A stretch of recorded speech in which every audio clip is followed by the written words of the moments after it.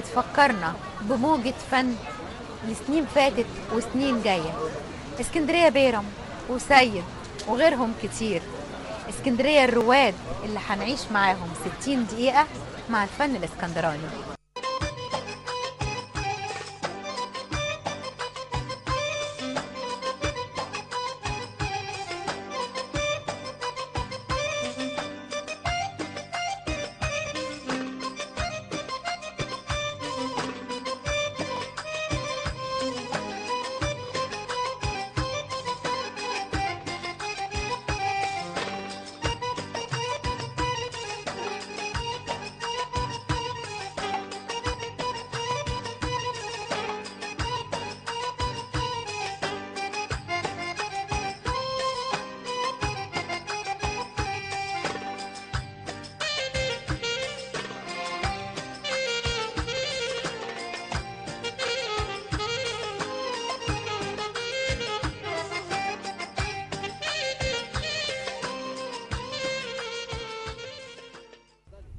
برنامجنا اسكندراني، والفن قالوا زمان أصله اسكندراني، وقالوا شباب اليوم ما سمعوش عن نجوم أثروا الحياة الفنية الاسكندرانية بفنهم.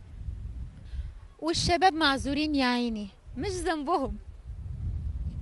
قلنا نرجع شريط الذكريات للورا ونعرفهم ان اسكندرية طول عمرها بلد الفن والأصالة. عشان كده بنقدم لهم برنامجنا الفن اسكندراني. الحلوة اللي طلعته بالوقت فارس سكته فارس سكته. اسكندراني ولا ايه؟ اسكندراني ولا ايه؟ باين عليه من لهجته اسكندراني.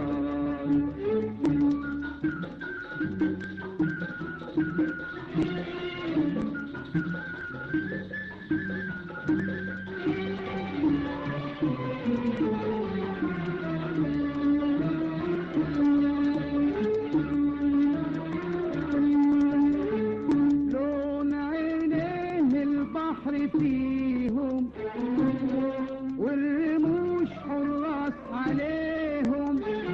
لون عينيه البحر فيهم والرموش حراس عليهم. قلت داري من العوازل ألا بنخاف من عينيهم. معرفش العود ونزلت أعود من يومها كانوني طير على ناري بنام على شوقي بقول. وبقالي سنين مستنكر شبكني ليه بمحبته ولا قالش بلده حتته. شبكني ليه بمحبته ولا قالش بلده حتته.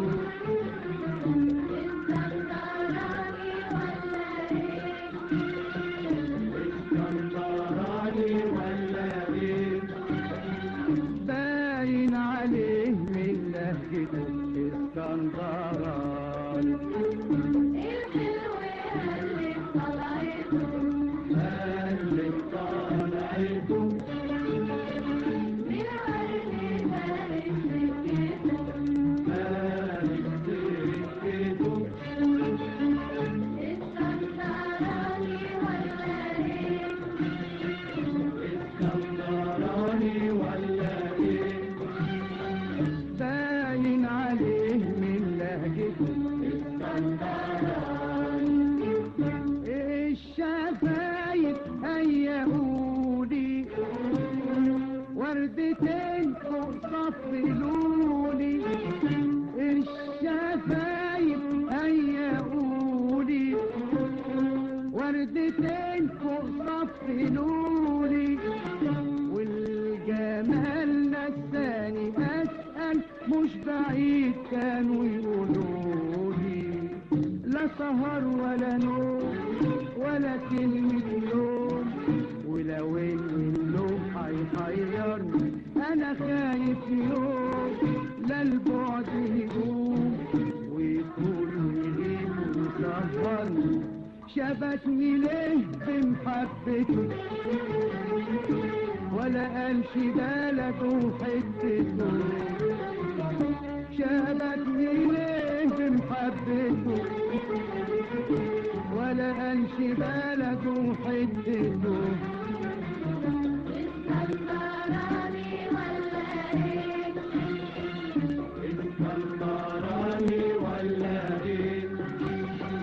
باين عليه من لهجته اسكندراني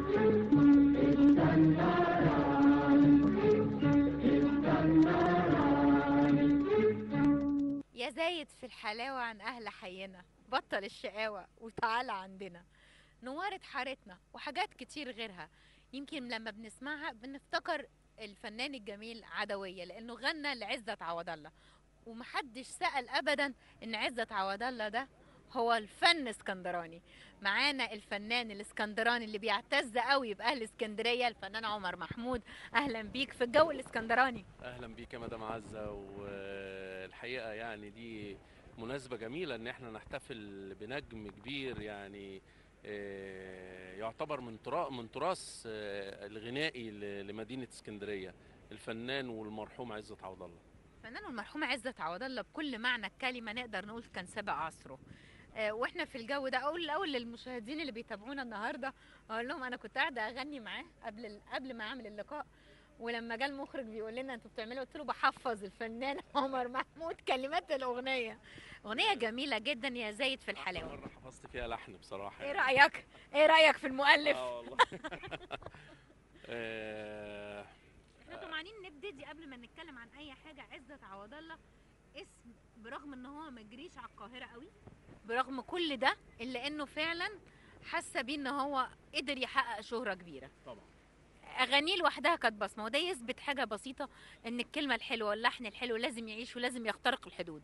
لا، اهتمام كمان الدوله كانت بالمحليات في الفتره اللي تواجدوا فيها الفنانين دول، كان اهتمام كبير جدا بدور المحليات وتواجدهم كمان على يعني على الاذاعات الرئيسيه في الدوله. يعني مثلا كانت اذاعه اسكندريه، كان انا اسمع ان كان ليها ساعه يوميا بتبقى على البرنامج العام، بتبقى موجوده باغانيها بمسلسلاتها، فكان بيتقدم لمصر فن اسكندريه من خلال الساعه دي.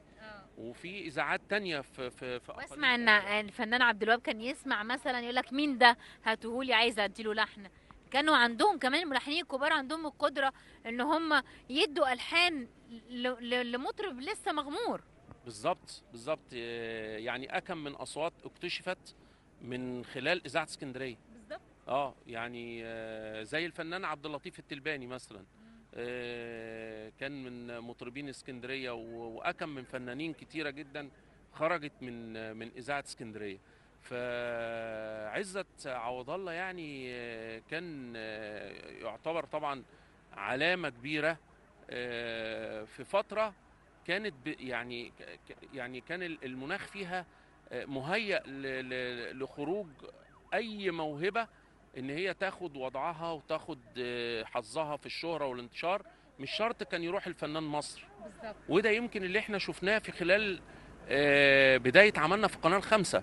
لما كانت القناة الخامسة، لما بدأنا في القناة الخامسة وبدأنا نبث إرسالنا وبدأ مصر كلها تشوفنا، أنا كان ليا جمهور في القاهرة، كان من خلال حفلاتنا وأعمالنا، وكان بيجي لنا تعليقات من ناس في القاهرة وكانوا يقولوا احنا بنشوفوكوا وعارفينكوا كويس قوي.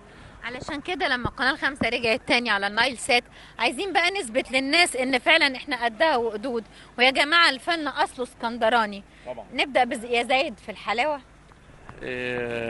طبعا من علامات عزت.